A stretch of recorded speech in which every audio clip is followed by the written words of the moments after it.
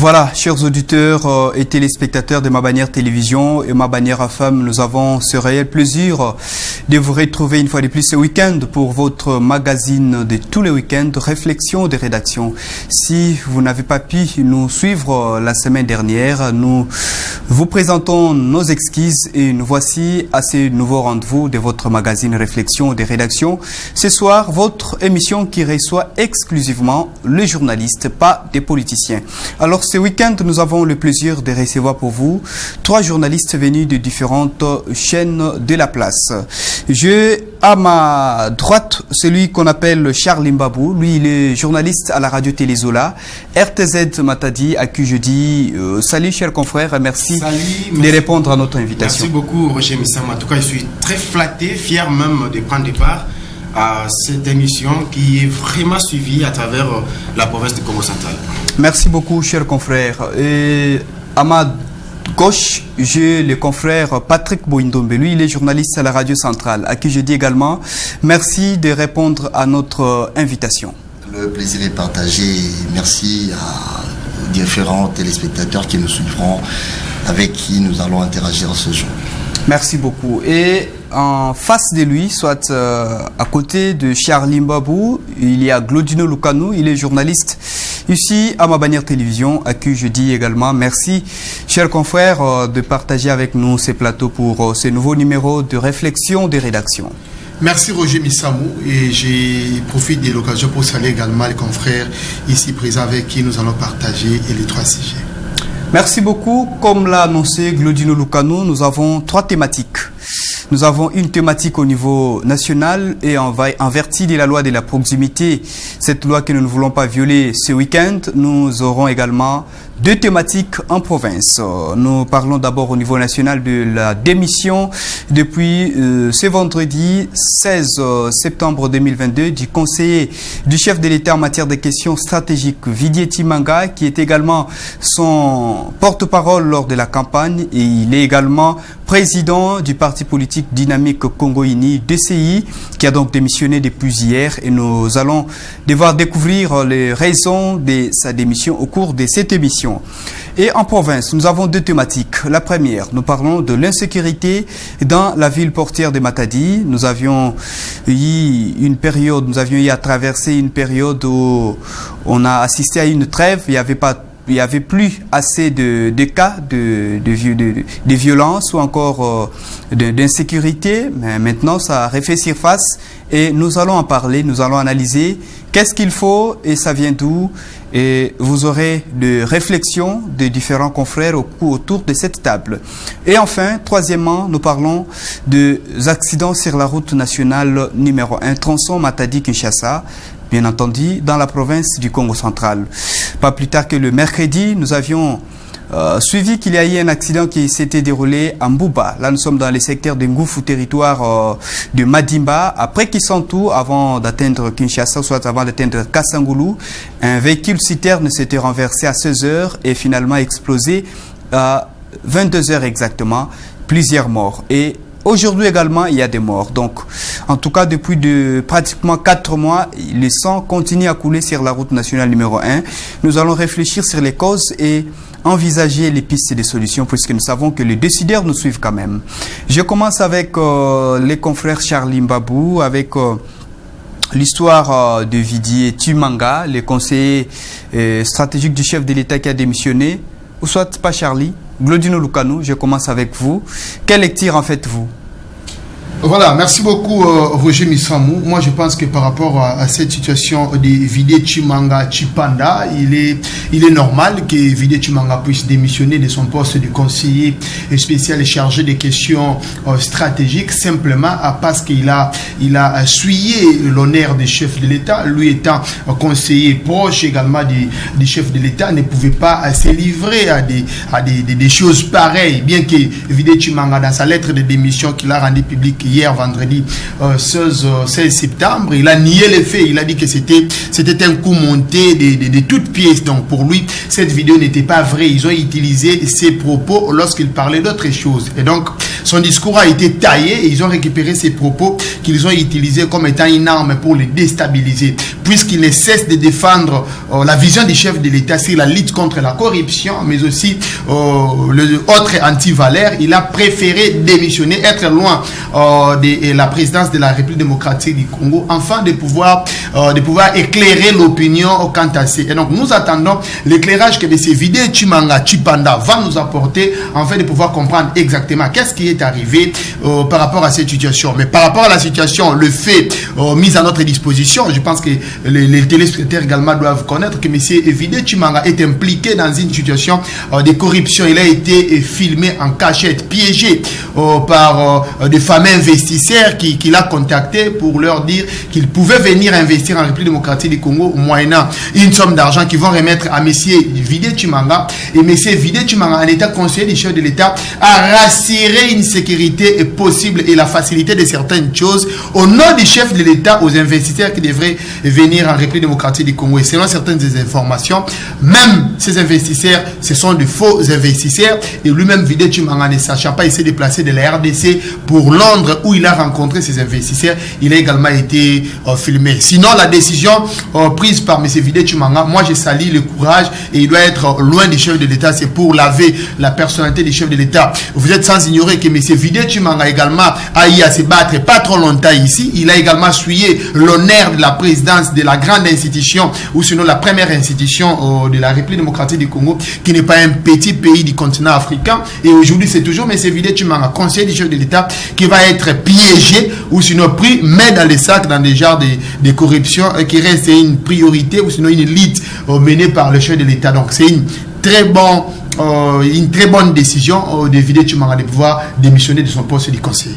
Donc une décision courageuse pendant qu'il militait ou soit qu'il négociait l'arrivée des investisseurs au pays. Exactement. Entre-temps, il demandait également sa part. Donc, et il demandait également sa part en forme de rétrocommission et il rassure également une sécurité et la facilité de certaines choses à ces investisseurs. Peut-être ne pas suivre le cours normal, la bonne voie, exactement. Briser les étapes, les contourner, c'est une corruption en fait. C'est dans ce sens-là. Alors voilà pourquoi elle a démissionné. Et je rappelle également que M. Vidé Tshimanga a eu le courage de démissionner après un communiqué de la présidence, quelques heures après un communiqué de la présidence annonçant bien sûr les sanctions à toute personne qui travaille à la présidence de la République démocratique du Congo, mais qui ne va pas respecter les règlements et normes établis au niveau de la présidence de la République démocratique du Congo. Merci beaucoup, Claudino Lukanou. Je me tourne du côté du confrère Patrick Boindombe à ma gauche.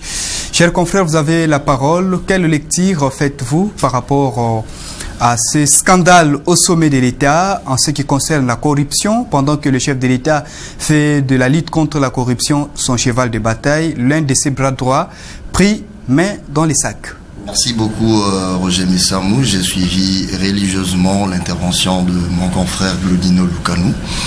Vous savez, j'aimerais épingler une chose. Certes, nous parlons de la démission de Vidé Tshimanga comme étant une solution courageuse.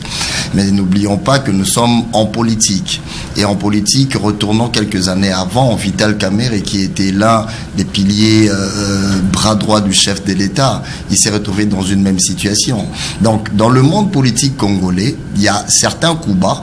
J'aimerais laisser le temps à Vidé Tshimanga d'expliquer réellement, parce que dans des situations à chaud comme ça, il y a également des dessous de cartes que nous ne connaissons pas, et nous savons encore en République démocratique du Congo comment les gens se taquinent dans la politique de haute toi que je m'y mette. Donc tant que les cartes ne sont pas toutes mises sur une table, il serait imprudent, il serait moins élogieux de faire de conclure sur certaines choses comme Vidé Tshimanga serait dans ceci, serait dans cela. Sinon, Vital Kamerhe ne serait pas sorti 3 ans seulement, alors qu'il avait un mandat d'arrêt pour 10, pour 20 ou 30 ans même. Il ne pouvait plus servir, mais le chef de l'État l'a récupéré. Donc, dans le monde politique, tout est possible. Dans le monde politique congolais, tout est possible, d'où il faudrait prendre cette information avec beaucoup de pincettes. Mais je prends également le temps de saluer sa décision de se retirer. Peut-être qu'avec l'éclairage de la situation, au fur et à mesure que la situation avance, nous aurons de plus amples détails, parce que là, c'est vraiment à chaud. Je reviens sur ce que disait Glodino Lukanou quand il dit il s'est battu. Ça fait partie de son tempérament, et le contexte n'était pas le même, parce qu'il ne s'est pas retrouvé en train de saluer la présidence. Il était président d'une équipe. Donc les contextes ne sont pas les mêmes pour que nous puissions le ramener dans un même champ.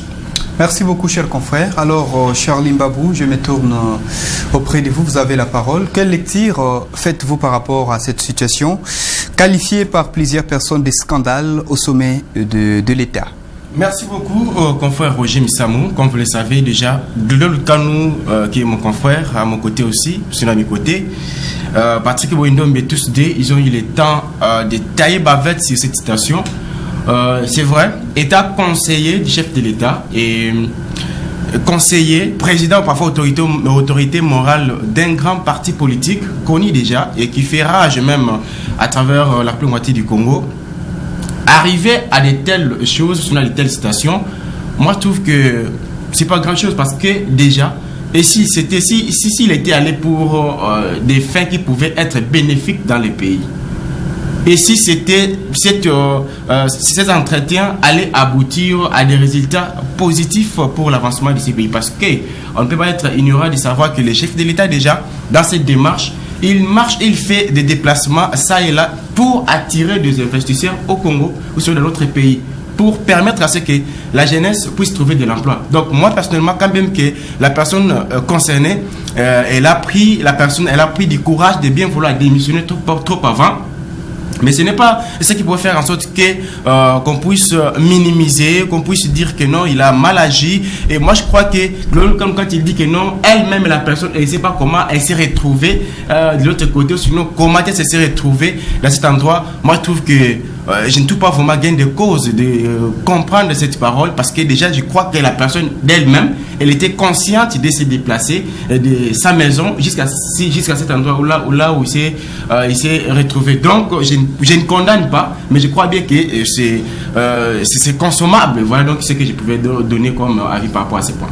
Donc le motif est déjà consommé selon les confrères Charlie Mbabou. Alors une dernière tour de table, cher confrère Glodino Lukanou, vous avez 1 minute et puis vous réagissez avant que nous puissions conclure avec les autres confrères. Merci beaucoup Roger Missamou pour m'avoir accordé une fois de plus la parole. J'allais revenir avec les propos de Charlie Mbabou, mais j'ai aimé une chose à la fin. Il a conclu pour dire que il a consommé ce qu'il a fait. Donc Vidé Tshimanga a consommé également le bavir que lui-même a causé. Sinon, moi j'allais dire que Vidé Tshimanga devrait prêcher par exemple. Vidé Tshimanga, si Charlie Mbabou nous dit aujourd'hui que Vidé Tshimanga allait faire la corruption pour nous ramener des investisseurs ici, c'est comme quelqu'un qui dirait, c'est comme quelqu'un qui a encouragé les enfants de voler l'argent au marché, pour aller donner l'offrande à l'église. Ça c'est anormal. Si Vidé Tshimanga veut aider également la République démocratique du Congo, il devrait nous apporter des investisseurs par une voie normale.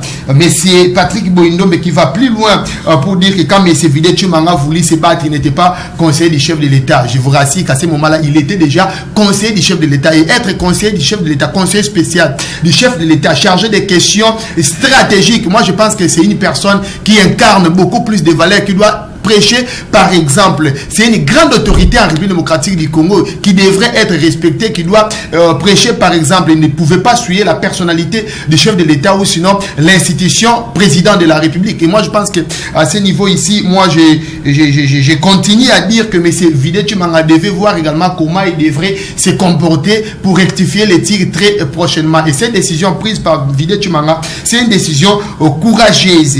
Laisser la part des choses, ou sinon comparer les cas de Vital Kamerhe à Vidé Tshimanga, que moi je pense que ça s'est tapé à côté. Vidé Tshimanga, il n'y a pas eu un coup bas contre Vital Kamerhe. Vital Kamerhe a été poursuivi par la justice congolaise pour des faits qui ont été mis à sa charge, et la procédure normale a été suivie par la justice congolaise. Il a été entendu au premier degré, condamné selon l'estime conviction du juge, poursuivi au deuxième degré puisqu'il a fait appel. Il a été également condamné avant de pouvoir faire appel pour être acquitté finalement. Ça c'est normal. Il y a des faits, nous connaissons que l'argent a été détourné. Mais au dernier ressort, la justice a compris que Vital Kamerhe n'était pas impliqué dans la chose. Vital Kamerhe a été acquitté. Contrairement à une personne qui a été filmée pour avoir cherché à corrompre ou sinon faire les mafias.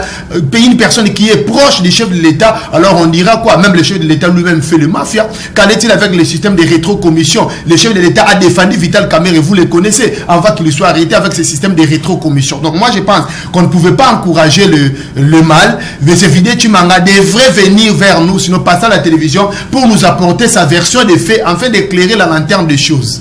Sinon, à ce niveau ici, nous connaissons qu'il y a des preuves palpables à la vidéo montrant à suffisance que M. Vidé Tshimanga était en train de faire une corruption. Merci. Alors les autres confrères doivent réagir. Je commence par le confrère Patrick Boindombe. Vous avez 2 minutes, 30 secondes ou 2 minutes pour réagir. D'accord, merci. Premièrement, Vital Kamerhe n'a pas été arrêté pour l'histoire de la rétrocommission. Ce n'était pas le cas, premièrement. C'est passé, j'ai dit. Et deuxièmement, j'ai pas dit que Vidi Tshimanga n'était pas conseiller du chef de l'État. J'ai dit que les contextes n'étaient pas le même. Vous pouvez être conseiller du chef de l'État, mais avoir votre équipe d'appartenance ou avoir une autre activité qui vous permet de l'exercer en tant que tel. La loi ne l'interdit donc pas. Et donc ça n'autorise pas d'aller vous battre. Donc il avait un autre statut actuel à ce moment-là. Exactement. Le contexte n'était vraiment pas le même et le nom du chef de l'État n'avait rien à voir, n'avait vraiment rien à voir là-dedans. Alors dire que Vital Kamerhe et le cas de Vidi Tshimanga ne sont pas de cas à comparer, qui ne sait pas? Dans ce pays, lorsque c'était le cas de Vital Kamerhe, tout le monde a conclu et tout le monde s'est ligué du côté de la justice comme étant une solution paradigmement normale et qui ne peut jamais souffrir d'une autre forme d'interprétation. 3 ans après, nous voyons que la justice est rétractée par rapport à la situation. Donc, la situation de Vidi Tshimanga, nous ne l'encourageons pas, nous ne le condamnons pas directement non plus parce que le monsieur se dit avoir des preuves qu'il apportera sans doute au moment opportun et cela sera mis à la disposition de tout le monde. Laissons-lui le temps, c'est pas une chose qui se fait à chaud. Vous savez, dans le monde politique, on peut pas dire qu'on est politicien, Glodino le sait, il est un journaliste d'investigation, il sait qu'il y a ce qui se dit et il y a également les dessous de cartes qui se fait. Nous savons comment cette logique-là évolue. Il ne peut pas le mettre de côté, ignorer cette situation comme si cela n'existait pas. Ça, c'est une réalité juste dans notre pays et dans le monde politique. Donc, l'ignorer ou faire l'ignorant de cette situation, je dirais que c'est de mauvaise foi. Merci beaucoup pour la conclusion. Alors, confrère Charlie Mbabou, vous avez également 2 minutes pour conclure avant que nous puissions changer de sujet. Merci des plus. En tout cas, c'est étonnant d'avoir écouté Glodino Lukanu dire que le chef de l'État fait les mafias en encourageant la station de rétrocommission. Glodino Lukanu s'est rectifié, mon cher ami. Faut pas me faire dire ce que je moi pense j'ai pas que ce dit. n'est pas ce qu'il a dit. Faut pas me faire dire ce que moi Alors, j'ai confrère Glodino Lukanu, pour apporter la lumière. Cher confrère, reprenez ce que vous avez dit rapidement pour éviter la confusion. Bon, en fait, à moins qu'il y ait un malentendu, mais oui. Sinon, nous n'encourageons pas qu'à ce que premièrement, le corps major, tous ceux-là qui se trouvent proches du chef de l'État, arriver à faire de telles choses, ce n'est pas vraiment encourageant, mais sinon, s'il s'est déplacé pour vraiment attirer les investisseurs, moi je pense que ça serait une très bonne chose, quand bien même que ce n'est pas à ses responsabilités. Mais si cela aurait abouti peut-être à des résultats positifs, ça allait quand même faire du bien. Mais pour le reste, les conseillers des chefs de l'État qui sont à la présidence, qui travaillent au niveau de la présidence des chefs de l'État, qui sachent cette fois-ci comment faire des choses pour aider les chefs de l'État qui déjà se préparent pour l'année prochaine, qui est une année... qui sera une année électorale. Donc déjà, c'est là qui entoure les chefs d'État s'y travaillent mal et automatiquement l'année prochaine, la population ne va plus donner la confiance au chef de l'État. Merci beaucoup, chers confrères. Et donc, chers téléspectateurs, auditeurs, nous changeons rapidement de thématique. Nous revenons en province pour parler de l'insécurité dans la ville portière de Matadi. C'est depuis plusieurs mois que nous souffrons encore de cette insécurité. Plusieurs maisons d'habitation, tout comme commerciales, sont dévalisées par des hommes parfois à main armée ou encore d'autres inciviques non autrement identifiés. Et bon, nous allons réfléchir sur ça puisqu'il y a quelques mois, nous avions assisté à une trêve. On n'assistait plus à ce genre de scène, mais finalement, ça refait surface. Alors, je commence avec les confrères Patrick Boindombe. Vous avez la parole. quelle analyse faites-vous par rapport à la situation sécuritaire dans la ville de Matadi, puisque plusieurs baromètres, plusieurs constats nous font savoir que la situation s'est empirée par rapport à la dernière période que nous venons de traverser? Voilà. Ce que je dirais, c'est il y a un souci de suivi que je ne cesserai de le dire. Dans notre pays, dans la province du Congo central, il y a un sérieux souci de suivi des mesures mises en place.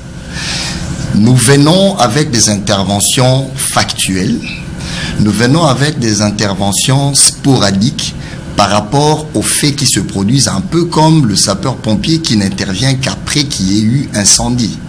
Chose qui ne devrait pas être l'apanage de nos politiques parce qu'on dit gouverner, c'est prévoir.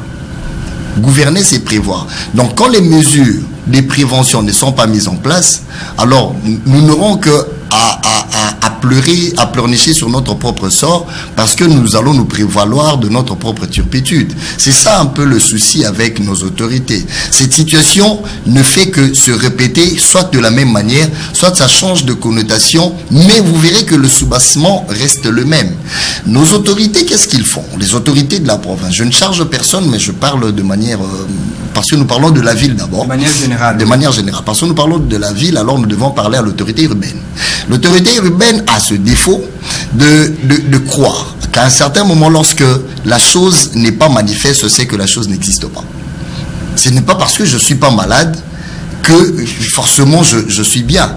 Lorsque vous allez faire un check-up, vous allez comprendre que votre corps a un souci dans ce sens ou dans l'autre sens. Et l'avoir laissé pendant longtemps ne peut que nous servir de ce que nous sommes en train de voir aujourd'hui. Et vous verrez, après un temps, quand les choses vont bouger encore ici, vous verrez l'autorité urbaine revenir sur la charge pour dire, voilà, nous allons donner de l'argent pour des personnes qui iront à la traque ou à la charge de ceux qui sont en train de s'aimer le trouble dans le pays, en fait dans la ville. Et cela dure pendant combien de temps? Cela dure pendant combien de temps? C'est ainsi que lorsque les mesures ne sont pas très bien mises en place et que le mécanisme de suivi n'est pas non plus établi, nous ne reverrons que cette situation et je crains que ça soit encore pire. Merci beaucoup. Confrère Charlie Mbabo, vous avez la parole. Quelle analyse, quelle lecture faites-vous par rapport à cette dégradation de la situation sécuritaire dans la ville, puisque nous assistons un peu partout à plusieurs cas de vol, surtout armés et à répétition. Donc moi-même, parfois, je suis aussi victime. Mais alors, avant de commencer mon intervention, je ne sais pas, sinon je ne saurais pas dire haut et fort de décrier l'incompétence notoire de nos autorités, l'irresponsabilité constatée au chef des autorités congolaises. Comment? Parce que, premièrement, au lieu de mettre des doubles bouchées, pour permettre à ce que la sécurité règne dans la ville et pourquoi pas en République du Congo tout entier, mais malheureusement que les autorités se déclinent de leurs responsabilités.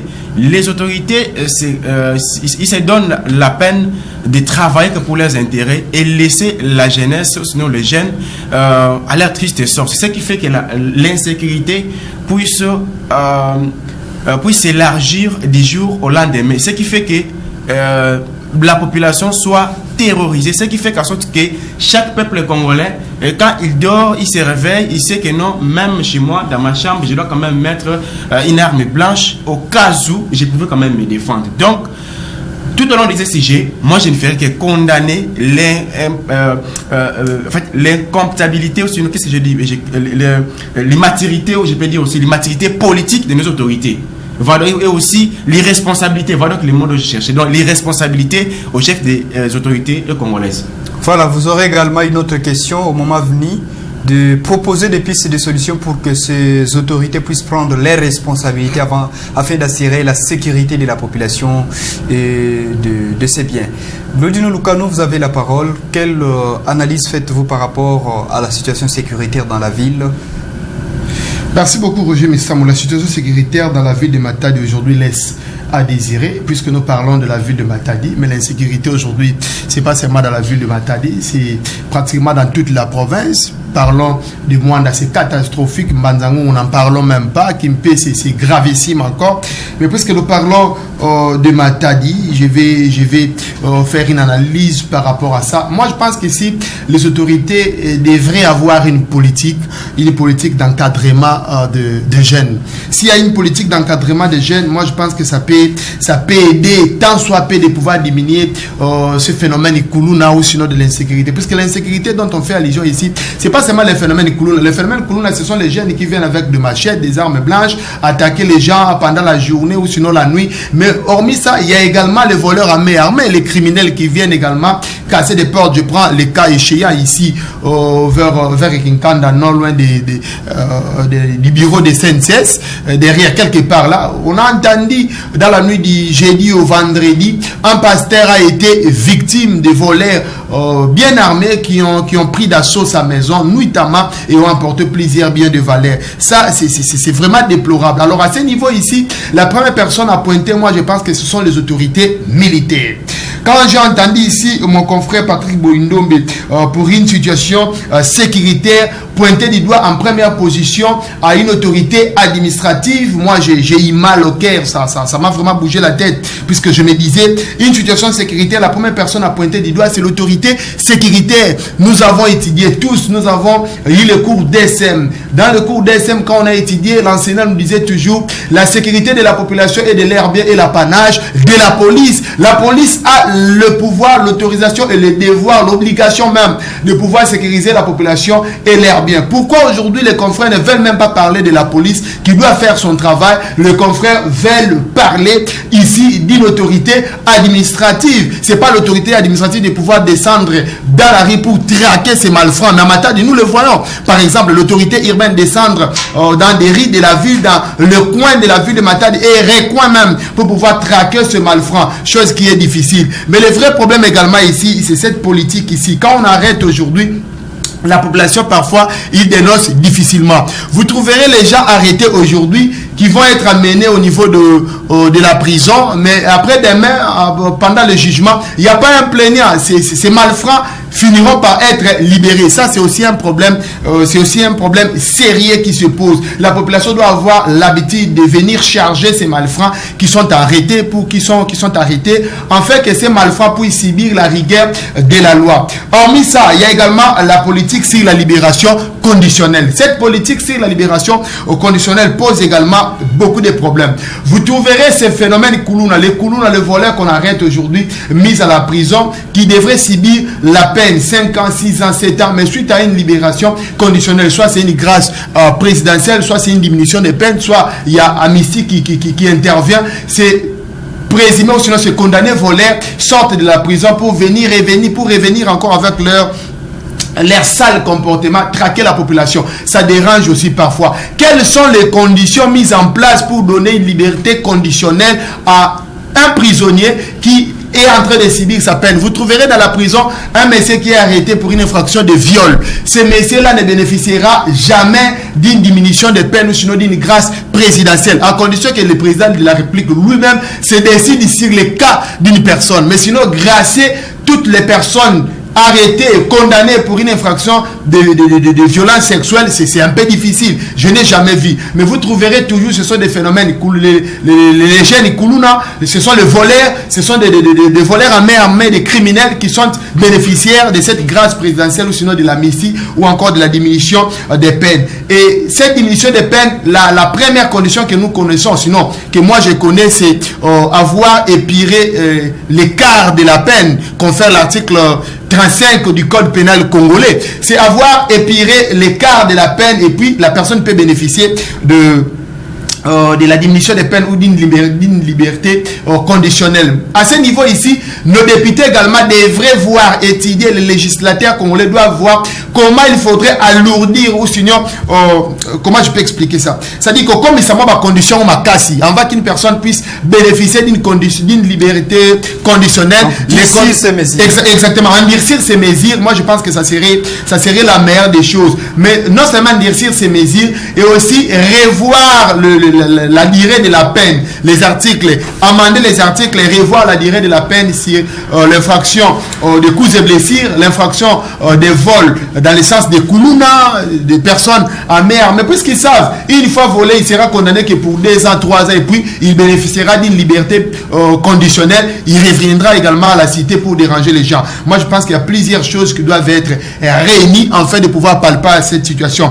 Loin de nous l'esprit de pouvoir incriminer d'abord l'autorité administrative. Aujourd'hui, nous sommes sans ignorer, témoins également de voir le travail que ces messieurs sont en train d'abattre dans la ville de Matadi jour et nuit pour pouvoir traquer ces malfrats. Et moi, je pense qu'il y a beaucoup de choses qui doivent être réunies, mises en place pour pouvoir lutter contre cette situation. Avant de relancer les confrères, les confrères, s'il vous plaît, avant de vous relancer, une question auprès de mon confrère Glodino. Vous avez parlé de l'autorité sécuritaire, c'est-à-dire les autorités de la police, tout comme de FARDC. Pouvez éclaircir les auditeurs ou encore les téléspectateurs à qui est soumis l'autorité sécuritaire, c'est-à-dire la police et l'armée, qui donne les moyens, qui gère toutes ces autorités sécuritaires? Exactement. L'autorité sécuritaire pour sécuriser la population a besoin de moyens. Et ces moyens émanent des autorités administratives et politiques. À ce niveau ici, nous avons un commissaire général de la police au niveau du Congo central. Ce commissaire de la police émane ou sinon doit bénéficier des moyens du gouvernement provincial. À ce niveau également, lui a des entités au niveau de la province qui doit également rétrocéder ou sinon assurer la sécurité au niveau des commissaires urbains, le commissariat urbain, mais aussi au niveau de nos territoires. Et à ce moment-là également, le maire de la ville étant autorité administrative, sinon le numéro 1 de la ville, il est d'ailleurs le président du conseil urbain de sécurité. À ce moment-là, lui met en place une politique de sécurité. Donc il a aussi une responsabilité dans ce sens-là. Exactement, lui aussi également a une responsabilité. Mais à ce niveau ici, moi je ne remets pas la responsabilité au niveau du maire de la ville. Voilà, parce qu'à son niveau, c'est mon point de vue. Puisqu'à son niveau, nous voyons le travail qu'il est en train d'abattre dans la ville de Matadi. À son niveau, mettre une politique de pouvoir sécuriser la population, traquer ces malfrats. D'ailleurs, parfois lui-même est sur le terrain pour pouvoir arrêter. Merci. Pas trop longtemps, il a pu arrêter ou sinon démanteler une bande de contrefacteurs. Il a également arrêté le Koulouna. C'est à chaque fois qu'il est fait et présenté au niveau de la presse. Donc moi, je pense que j'ai fini. Chuté par là. Moi, je pense qu'à son niveau, il fait déjà beaucoup. Il fait beaucoup de choses et il révèle également l'autorité militaire, notamment le commissaire général de la police, Placide Niembo, actuellement au Congo central et GC, de pouvoir prendre ses responsabilités en main. Mais il révèle également à nos autorités politico-administratives et aux députés, comme je l'ai dit tantôt ici, chacun de pouvoir jouer pleinement son rôle, de revoir d'abord, endurcir les conditions pour la liberté conditionnelle, mais aussi aux magistrats de pouvoir faire un bien travail et à la population de pouvoir charger ces malfrats au moment où ils sont arrêtés. Merci Glodino Lukanou, vous avez eu beaucoup de temps. Alors, c'est le même temps que nous accordons également aux autres confrères. Le cas de confrère Charles Mbabou, vous avez la parole pour réagir. Merci beaucoup. J'ai aimé en tout cas l'intervention de Glodino Lukanou. Il était trop lent avec son discours, mais il a au même moment donné les pistes de solutions qu'il aurait fallu utiliser la politique d'encadrement des jeunes, tout, voilà, c'est bien. Mais quelque part, ça m'a éclairé, ça m'a fait très mal, disant que non, ici, il y a toujours prolifération de l'insécurité et par rapport à ce qu'il a dit, ce sont de la faute, il revient toutefois aux autorités militaires. Mais mon confrère Glodino Lukanou, vous serez sans ignorant de savoir que les pauvres militaires, les pauvres policiers qui passent la nuit à la belle étoile n'ont pas de moyens, Glodino Lukanou, ils n'ont pas de moyens pour assumer réellement la charge de cette sécurité dont la population congolaise a besoin. Glodino Lukanou, ce n'est pas les autorités militaires qui font en sorte que la sécurité puisse se multiplier du jour au lendemain. C'est-à-dire que la police est moins outillée. La police est pauvre. La police, malgré tous les efforts, la police, malgré toutes ses énergies déployées, mais cette police est moins soutenue. Cette police est moins outillée. Cette police est marginalisée même. D'autant plus que la nuit, on fait appel à un commandant, c'est pas moi de la commune, c'est pas moi des Souciat, mais le commandant vous dit que non, écoutez monsieur, je n'ai qu'un policier ici, je ne sais pas comment l'envoyer avec les troupes de ces malfrats qui sont sur le terrain. Donc, dans le canon, soit pas du carburant. Soit pas du carburant sur les situations qui arrivent. Alors, charger maintenant les autorités militaires qui sont abandonnées à leur triste sort. Moi, je ne trouve pas gain de cause. C'est-à-dire que c'est le ministre de l'Intérieur qui doit faire son travail d'outiller réellement les militaires, sinon les policiers, parce que cette charge lui revient. C'est lui qui est à la tête de supporter ces policiers et ces militaires qui assument, ou sinon qui devraient assumer réellement la sécurité de la population. Et c'est bien tel que nous dit. Bien sûr que Glodino, quelque part, il a fait un tour dans le cours de l'ESM. Oui, c'est bien bon. Mais les parents aussi, parce qu'on nous dit la conscience. Moi, je me souviens encore à l'école secondaire, on dit que non, la conscience est une voie intérieure qui nous pousse de faire du bien et le mal à éviter. Si les parents ont vraiment la conscience d'instruire leurs enfants, de ne pas vraiment se donner à ce genre de barbarie pour terroriser la population, pour terroriser les paisibles citoyens qui veulent vraiment vivre en belle et due forme dans ces pays donnés par les bons dieux, moi je ne trouve pas que non, il y aura toutefois prolifération de l'insécurité, prolifération de tracasseries pendant la nuit et ainsi de suite. Et aussi aux autorités, tel qu'a dit au Glodino, voilà que quelque part on ne fait que charger la mairie, parce qu'on peut se réveiller un bon matin, on dit que nous à Mikondo on a traqué quelques malfrats, mais les maires de la ville, les pauvres messieurs, très tôt le matin, qui se dépêchent parfois en la gomme, à quitter la place Bakari Bakoulouna. Mais quand on va arrêter après 2 ou 3 jours, on libère. Voilà que c'est ce genre de pratiques aussi, moi personnellement, je n'encourage pas. Et là, on doit automatiquement condamner les justiciers qui font leur travail parfois d'une manière biaisée, excusez-moi de le dire. Quand bien même, on nous dit, l'article 62 qui nous dit que durant l'ex et de l'ex, dit-on, la loi est dure, mais c'est la loi, mais cette loi n'est pas respectée. Merci, voilà ce que je pouvais merci. Confrère Patrick Boindombe, vous avez également vos 2 minutes et demie pour réfléchir par rapport à ça, y compris les pistes de solutions. Merci beaucoup. Je vois Glodino qui me sourit. On se charrie un peu en dehors d'ici. Alors, il faudrait éviter le populisme et le propagandisme. Il faudrait à un certain moment l'éviter. J'ai aimé l'intervention de Glodino lorsqu'il dit l'autorité urbaine est en train de jouer en même temps office du président du conseil urbain.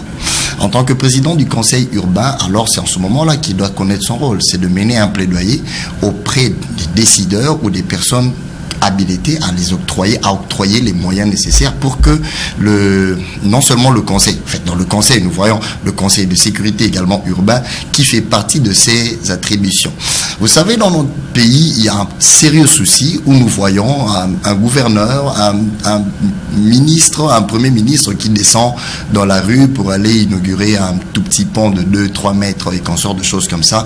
Alors ça, c'est ce qu'on appelle, c'est vrai, dans le langage courant, c'est on lui donnera des éloges, on parlera de la personne parce que on fait ceci et on fait cela. Mais dans le jargon approprié, on dira le défaut de compétence. C'est le défaut de compétence. C'est-à-dire la personne qui descend sur les lieux, vous n'êtes d'ailleurs pas habilité à descendre sur les lieux, vous n'êtes pas non plus outillé pour descendre sur... Et si vous descendez sur les lieux et que vous avez une balle comme ça, une balle perdue qui vous rattrape, vous n'êtes pas un policier, vous n'êtes pas entraîné pour faire cela. Mettez en place un politique de suivi qu'il faut, mettez en place un politique sérieux qu'il faut pour que la population puisse en bénéficier. C'est en fait ça la logique des choses. Si toute chose était mise à sa place, je crois que tout le monde ferait son travail comme il se doit. On n'aurait pas des personnes qui incarnent en lui-même. Moi, quand je parle de l'autorité urbaine, je parle de l'institution, je ne parle pas de la personne, d'un individu quelconque. Donc, si l'institution mettait en place les mesures idoines, on aura des services qui travailleront, qui seront outillés parce que le président ou la présidence du conseil urbain a fait le lobbying qu'il faut à des personnes adéquates, et ces personnes-là vont rétrocéder en termes de matériel, en termes d'équipement, en termes de motivation, et toutes ces choses permettront à ce que le travail s'efface. Quand je reviens sur Charlie Mbadou, lorsqu'il parle des parents, certes, mais nous sommes dans un contexte d'abord politique et socio-économique de notre pays qui aujourd'hui ne donne pas aux parents une certaine forme de possibilité de gestion des enfants directement. Peut-être dans le bas âge ça peut se comprendre. Aujourd'hui, un enfant qui a atteint 10 ans, qui a atteint 15 ans peut-être, s'il vous plaît. Je crois que quand tout le monde intervenait, moi je n'intervenais pas. Mais quand c'est mon tour, tout le monde. Je vois déjà Glodino qui se lève, qui veut. La sécurité évolue. Merci, je t'ai salué un peu. Donc, pour dire que les parents sont en train de souffrir. Si nous devons aborder cette question, alors nous reviendrons sur les questions sociaux, sur les questions socio-économiques de notre nation. Le pouvoir d'achat, le faible moyen de concentration d'argent pécunier sur la main des parents, fait en sorte que l'autorité des parents aujourd'hui a baissé à telle enseigne que les parents n'ont pas une force si l'État ne les accompagne pas à bien faire ce travail. Parce que c'est déjà un phénomène, c'est déjà une façon de vivre que nous sommes en train de vivre, permettez-moi la tautologie. Donc, il faudrait que l'État mette en place des mesures nécessaires et un bon suivi pour que les choses évoluent. 30 secondes, confrère Charlie, vous réagissez et Glodino va conclure également en 30 secondes. Merci beaucoup. S'il faudrait conclure en 30 secondes, je dirais que les autorités compétentes prennent des choses en main pour éviter du moins l'insécurité dans la ville de Matadi et qu'ils donnent encore une fois la confiance, qu'ils réitèrent du moins la confiance à la mairie par rapport à ces travaux des titans que les maires viennent de faire pour éviter l'insécurité de la ville de Matadi. Et quand on arrête ces malfrats, donc ils doivent subir la rigueur de la loi. Donc je crois bien. Merci beaucoup, cher confrère. Glodino Lukanou, 30 secondes. Merci beaucoup, Roger Missamou, pour la parole. En fait, moi je vais pas laisser passer les choses comme ça qui peut nuire à la population qui est en train de suivre les journalistes, en train de réfléchir.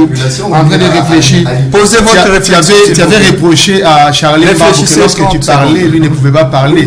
Et moi, ça m'étonne ici. Un professeur est en train de se laisser dans les mêmes terrains que ses élèves. Alors, cette politique mise en place, moi je dis, on pose la question ici, est-ce que l'autorité urbaine a une politique mise en place? Est-ce que l'autorité urbaine fait quand même le lobbying pour pouvoir équiper les militaires? Moi je pose la question, vous croyez réellement rien n'a été fait? La police, exactement. Rien n'a été fait à ce niveau-là. Ça s'est fait, il y a les lobbying qui se font pour enfin de pouvoir équiper et soutenir la police. Et ça s'est fait. J'arrive. Les résultats, il y en a. Hier, la police dans la ville de Matadi avait combien de véhicules? Et aujourd'hui, ils en ont combien? Les véhicules de la police, aujourd'hui, quand ils tombent en panne, on prend le commissariat de la ville de Matadi. Qui s'en occupe? Parfois, quand ils sortent là qui leur donne l'argent pour le moyen de déplacement, notamment pour le carburant. Non, c'est par rapport J'arrive. Laissez-moi parler. Je ne fais que vous poser ne vous dérangez pas. Ok? J'arrive. Alors, je vous dis par rapport à la volonté et ce qui se font déjà ici. Vous allez même plus loin pour dire que la nuit, quand on appelle le commandant de la police ici, ça ne va pas. Il vous dit, je n'ai qu'un seul policier au niveau d'ici. Il n'y a pas moyen de pouvoir se déplacer. Ça existe. C'est là où maintenant moi je responsabilise les autorités militaires. Posons-nous la question, aujourd'hui combien de roulages, policiers roulages voyons-nous dans la rue? On y va au Rokobouima, vous trouverez 8 roulages. On y va à Kinkana, vous trouverez plus de 10 roulages. Nzanza la même chose, une fois vous n'en parlez même pas. Belvedere Stade, tous ces roulages là pendant la journée, ils sont là en train de traquer, menacer même.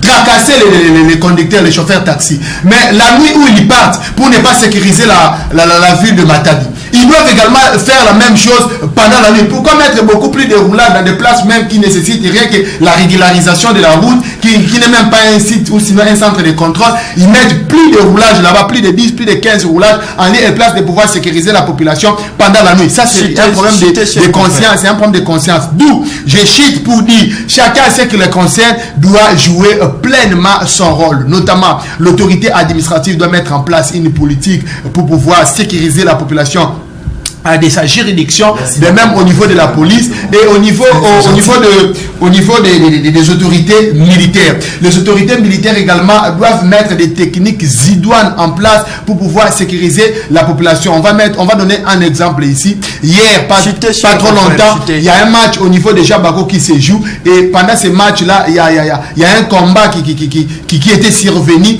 et il y a eu des pertes de biens, des dommages enregistrés, des dommages matériels enregistrés. La police n'était même pas présente. La police est venue en retard. De même au quartier nord, les jeunes du quartier nord essaient de 6 à 6 se battent jour et nuit. La police ne vient intervenir qu'en retard alors qu'il y a un sous-siat non loin du lieu du drame. On va dire encore c'est l'autorité administrative qui devrait venir mettre en place une technique de sécurité. La formation militaire, c'est encore l'autorité urbaine qui devrait venir donner cette technique ou sinon la formation militaire à nos agents.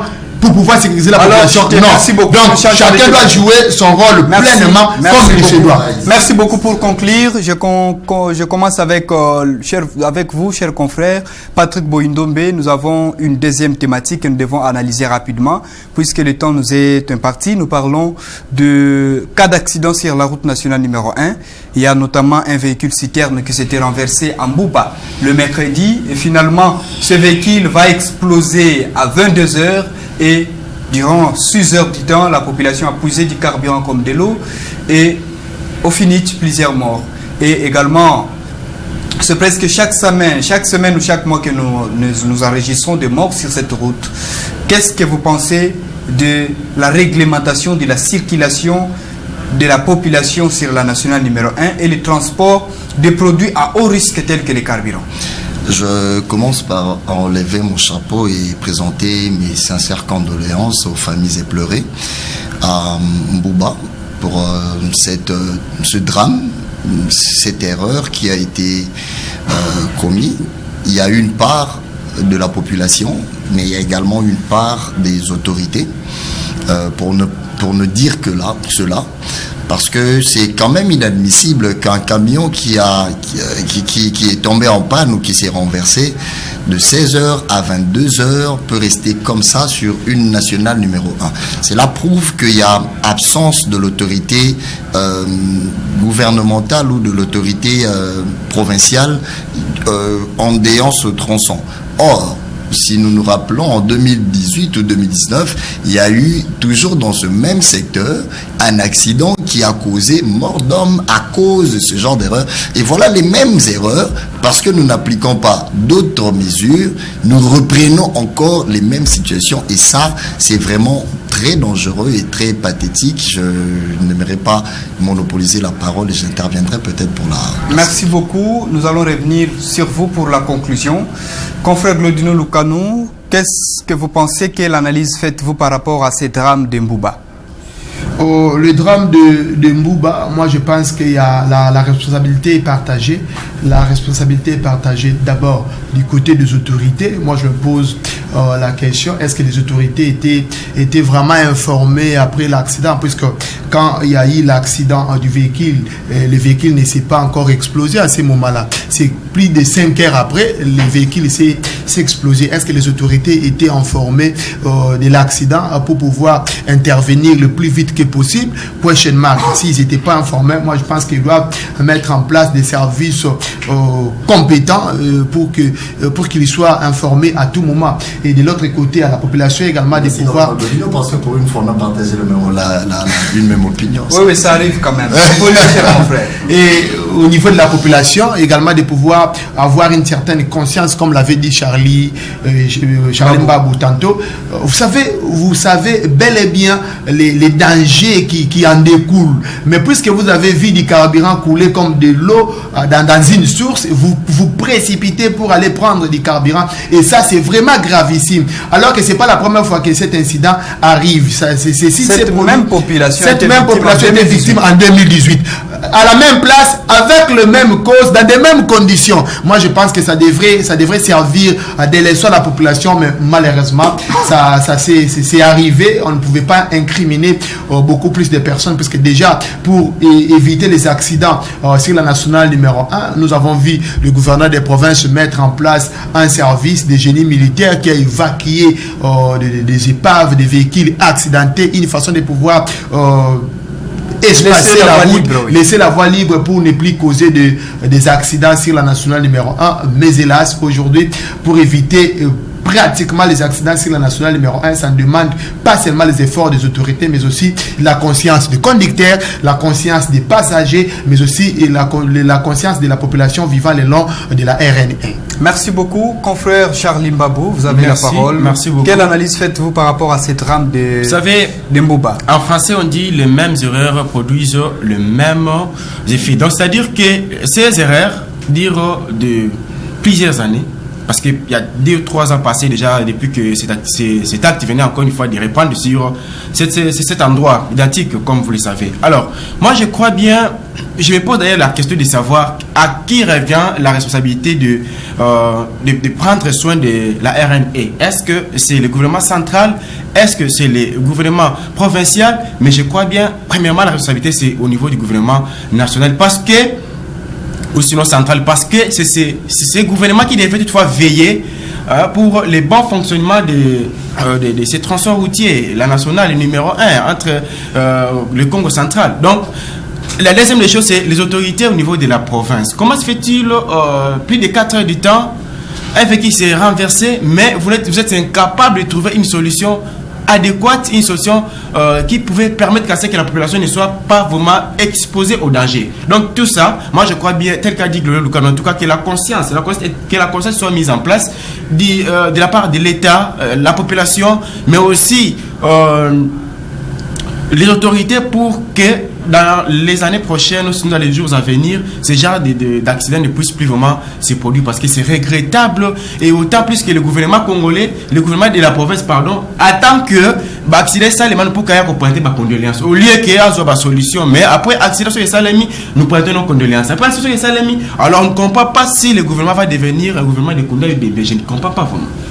Merci beaucoup. Nous sommes à la fin de notre émission, mais avant de nous quitter, cher confrère Glodino Lukano, le dernier mot. Ouais, voilà, le dernier mot par rapport à notre dernière thématique, c'est la proposition du gouverneur de province, le docteur Guy Bandondongidi, qui a proposé à ce que les transports de carburant en RDC, sinon entre Matadi et Kinshasa, puissent faire sur la voie ferroviaire. Donc moi je pense que c'est une très bonne idée, et si on arrivait à mettre ça en pratique, ça va aider tant soit peu la population. Mais aussi, je réitère encore ma première proposition au niveau de la population, d'avoir une certaine conscience, et les conducteurs également des véhicules, avoir la conscience, et les autorités. Comme je l'avais dit pendant qu'on parlait de la sécurité, chacun de nous doit jouer pleinement son rôle en ce qui le concerne.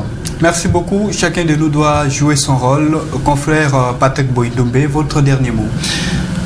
Cette situation qui s'est produite ou qui s'est reproduite, déjà, je signale qu'il y a beaucoup de cas d'accidents ces derniers temps, et voire même jusque ce samedi, il y a eu encore un accident à Kassangoulou.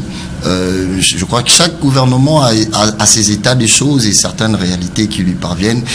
La population avait une certaine frénésie pour voir comment est-ce que le gouvernement, est-ce qu'il travaille ou il ne travaille pas. Je crois que c'est une occasion maintenant qui doit prouver que le gouvernement provincial prouve aux électeurs de cette institution que maintenant ils se mettent au travail, qu'ils donnent le meilleur d'eux en surpassant les problèmes, en surpassant cette situation, en mettant des stratégies nécessaires en lieu et place de se remplir d'un pléthore de communicateurs pour défendre son idéologie, mais de se mettre au travail pour l'intérêt réel de la population. Se mettre au travail pour l'intérêt réel de la population. Confrère Charlie Mbabou, oui. Votre dernier mot. En une seconde, je voudrais dire que Werbaolan, tout script à manette, dit-on à latin, ce qui veut dire juste les paroles s'envolent, mais les écrits restent. Par rapport à cette décision prise par l'exécutif provincial, moi j'aurais souhaité que, si seulement s'il prenait un arrêté, et puis l'applicabilité, sinon la mise en application de cette loi qui fera en sorte que les véhicules ne puissent plus vraiment transporter de l'essence tel que ça s'est passé, mais que l'État, ou sinon que le gouvernement provincial s'implique vraiment dans cette affaire, afin que déjà de telles situations ne reviennent pas. Alors pour la sécurité, je demande justement, sinon j'aurais souhaité que le gouvernement provincial ne puisse pas vraiment charger la mairie pour assumer la sécurité, parce que quand on arrête là-bas on libère, parce qu'il y a aussi une décision qui est venue de l'autre côté. Donc il aurait fallu qu'ils se tiennent la main dans la main pour l'avancement de cette province, mais aussi pour assumer réellement la paix dans la province du Congo central.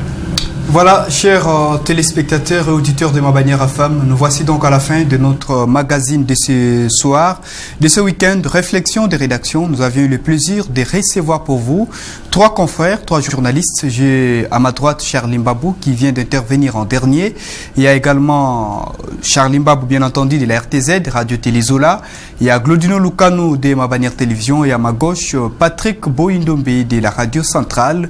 Vous avez suivi leurs réflexions, leurs idées qui ont jailli autour de cette table et nous avions parlé de 3 thématiques au niveau national. Nous avions parlé de la démission du conseiller spécial du chef de l'État en matière de questions stratégiques, Vidier Chimanga, au sujet de ces scandales au sommet de l'État. Et de 2, nous avions parlé de l'insécurité dans la ville portuaire de Matadi. Et pour conclure, nous venons de parler également de cas d'accidents sur la route nationale numéro 1, des accidents qui se multiplient du jour le jour, en se référant au drame d'Embouba, l'explosion de ces véhicules citernes qui a coûté la vie à plusieurs personnes calcinées. Voilà donc, chers auditeurs et téléspectateurs, nous disons merci à la grande équipe technique qui nous a accompagnés ce week-end pour la réalisation de cette émission. Réflexion des rédactions, là je vois Hervé Mena, il y a également Shadrach Mavungu et Ronsar Kondé. Bonne suite des programmes à toutes et à tous. Nous allons donc nous retrouver le week-end prochain avec d'autres thématiques et d'autres confrères.